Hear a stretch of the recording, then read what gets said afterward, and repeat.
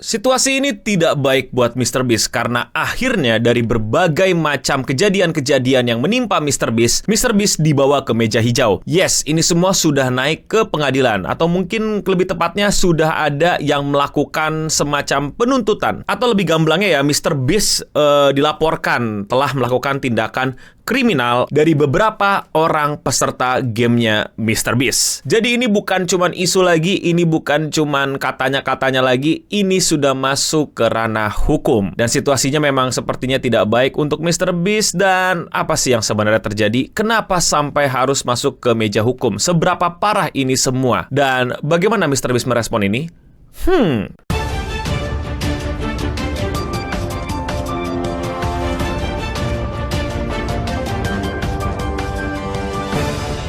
Mr. Beast resmi dilaporkan ke polisi dan bisa berujung ke meja hijau. Beberapa peserta dari Beast Game akhirnya ya udah bikin laporannya secara legal dan berharap mendapatkan sebuah keadilan yang mereka harapkan. Buat yang belum tahu, Mr. Beast itu bikin game yang cukup besar banget untuk skala game show gitu ya. Dia melibatkan 1.000 orang peserta dan mendapatkan jutaan dolar prize di Beast Game. Tapi ternyata di dalam Beast Game tersebut ada banyak hal yang kurang menyenangkan terjadi ke beberapa peserta. Gue udah bahas tentang Beast Game dan apa yang terjadi sama para peserta di video yang thumbnailnya kayak gini. Buat kalian yang belum nonton, tonton itu dulu biar dapetin secara detail lah apa sih sebenarnya itu Beast Game dan kenapa pesertanya sampai kena mistreatment. Nah ternyata dari itu semua akhirnya berujung ke pelaporan ini. Mr. Beast ternyata udah resmi dilaporkan sama beberapa pesertanya karena dianggap shamelessly exploit. Bahasa Indonesianya apa ya? Ya tidak tahu malu mengeksploitasi mungkin ya. Di dalam dokumen yang bisa diakses ternyata ada 5 peserta dari Beast Game ya yang ternyata sepertinya berkumpul dan melakukan lawsuit ini. Menurut mereka treatment Mr. Beast terhadap para peserta, bentar dulu, tambahan dan catatan yang sangat penting. Kalau gue bilang Mr. Beast, ini bukan Mr. Beast seorang ya, bukan dia pribadi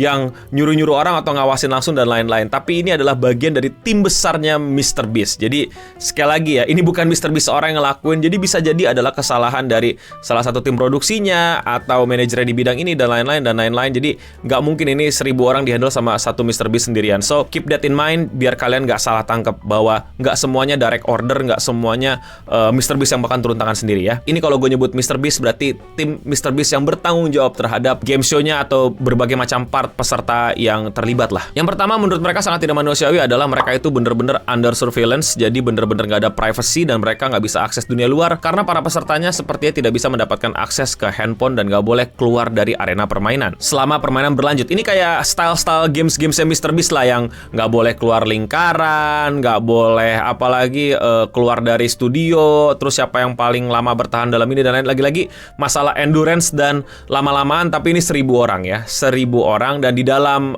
permainan itu semua kayaknya ada banyak mini-mini games atau gimana lah. Gue belum lihat ya karena belum ada footage yang keluar, belum ada image yang keluar karena ya mungkin masih dijaga, mungkin dalam produksi, mungkin juga udah dalam investigasi. Tapi coba lu bayangin video-video Mr. Beast tapi pesertanya 1.000, udah gampangnya gitu. Makanya mereka kayak nggak boleh bawa handphone dan mereka nggak boleh keluar. Yang dimana cukup agak gimana gitu karena kan that's the game, right?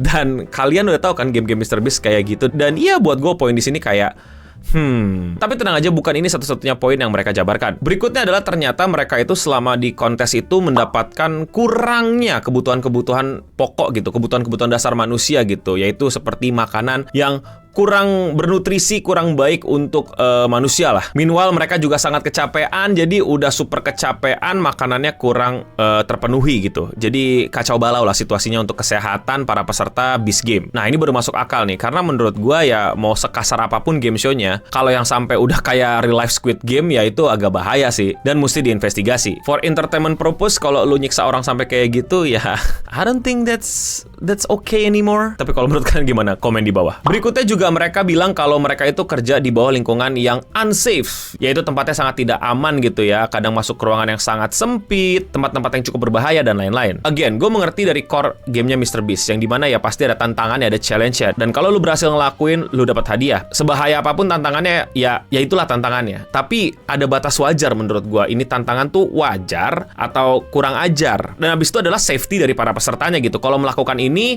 dan gagal, aman nggak gitu? Ayo lu lompat gedung gitu. Kalau lu lompat gedung dapat 1 juta dolar dari Mr. Beast gitu kan. Tapi kalau gagal ya udah, bye.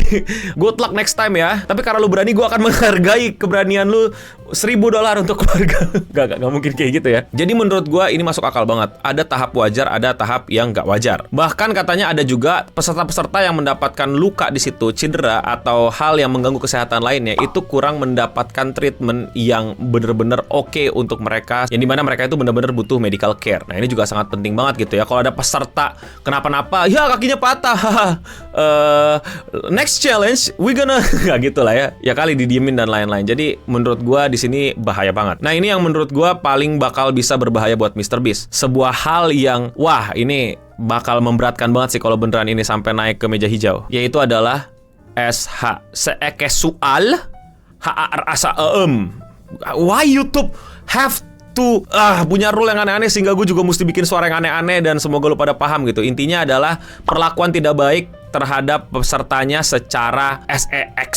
Tuh kan mesti gue gitu-gituin lagi. Dan bayanginlah 1.000 orang, stranger nggak kenal, ditumpuk, tapi ya mungkin kurang pengawasan yang jelas, kurang orang yang hadir untuk mengawasi dan melindungi ini semua dari terjadi. Dan bahkan di dokumen dibilangnya adalah this was not only noticed but allowed. Wah ini klaim yang sangat luar biasa ganas sih. Bahaya nih kalau ini tidak bisa terbukti nih. Jadi maksudnya adalah pelecehan yang terjadi itu bukan cuman diketahui, jadi ada yang terjadi dan mereka tahu, tapi bahkan mereka allowed, membiarkan itu atau bahkan mengizinkan itu terjadi. Wah ini klaim bahaya banget nih. Ini statement bahaya banget sih. Kalau ini benar, bahaya buat Mr. Beast. Kalau ini bohong, bahaya buat yang ngelaporin. Dan banyak lagi detail-detail lainnya, tapi menurut gue ini yang paling wadidaw dan paling terbaru sih. Dan menurut gue ini juga hal yang paling berbahaya untuk kedua belah pihak, kalau ini benar, kalau ini salah. Dan para pelapor ini berusaha untuk mendapatkan kompensasi untuk para peserta yang dimana Mr. Beast ini tidak bisa lakukan. Entah ini semua akan berujung damai atau sampai masuk ke pengadilan. Sampai di tanggal gue syuting, Mr. Beast dan timnya masih belum ada komentar mengenai lawsuit ini. Dan tentu saja hal ini sudah jelas dapat mencoreng nama baik Mr. Beast di internet. Bukan cuman personanya sebagai orang baik, tapi juga personanya sebagai raja YouTube gitu, raja game show yang katanya bisa bikin game show seru, hebat, luar biasa, dan para pesertanya happy semua. Well, ada yang nggak happy sih, tapi setidaknya nggak kenapa-napa. Karena nyatanya dia tidak bisa memanage 1.000 peserta di Beast Game, dan nyatanya lebih banyak hal negatif yang keluar tentang game ini daripada positifnya. Dan lagi-lagi, bisa jadi ini bukan salah Mr. Beast, tapi banyak banget hal yang bisa kita cari tahu gitu. Entah vendornya, karena memanage 1.000 orang nggak mungkin Mr. Beast dan tim inti Mr. Beast sendirian gitu. Pasti ada vendor-vendornya gitu, yang kurang profesional, kurang proper, atau ada miskomunikasi, atau memang bener salahnya Mr. Beast dan lain-lain. Ini semua masih tanda tanya. Tapi yang pasti terjadi, sudah ada pelapornya, sudah ada yang merasa dirugikannya. Maka jelas 2024 bukanlah tahun yang sangat-sangat baik buat Mr. Beast, dan gue sangat menunggu gitu untuk mempelajari gitu kira-kira bagaimana nih dia meresponnya, bagaimana dia menghadapinya. Dan kita tahu gitu Mr. Beast punya resource yang banyak. Mr. Beast itu punya uang yang sangat banyak gitu untuk menyelesaikan ini semua dibandingkan orang, nggak semua orang nggak bisa sih, tapi intinya dia adalah beberapa orang di muka bumi yang punya resource yang sangat cukup banyak untuk menghadapi masalah-masalah kayak gini. Kasarnya gue pengen bilang dia super kaya, dia banyak uang. Dan gue penasaran gitu, orang dengan uang sebanyak ini tuh masalah kayak gini diselesaikannya kayak gimana, ngerti gak sih maksud gue? Lawyer yang bagus banyak kan, tim lawyer bisa disewa dan segala macem, tim PR juga bisa disewa gitu kan, yang ngurusin untuk bahasa kasarnya memperbaiki nama dia di media, di internet gitu. Tapi gue belum lihat nih, gue belum nyaksiin nih, dan gue penasaran banget, dan gue pengen belajar nih kira-kira apa yang bisa kita ambil nih ilmunya nih dari Mr. Beast dengan uang yang banyak itu. Nah kira-kira menurut kalian bagaimana? Komen di bawah. Dan tentu saja buat teman-teman apalagi yang ngerti hukum, belajar hukum, kuliah hukum, apalagi mempelajari hukum peradilan di Amerika, kalau tadi ada informasi yang dari gua kurang tepat, keliru, atau ada koreksinya, please koreksi gua di kolom komentar di bawah ya. Kalau kalian suka sama konten-konten kayak gini, ngebahas apa yang terjadi sama dunia konten kreator di luar Indonesia, bisa support gua dengan sesimpel klik tombol subscribe di bawah. Dan ya, sekian seputar internet untuk episode kali ini. Gue Eno Bening pamit undur diri, dan untuk kita semua, stay clean and Mr. Beast.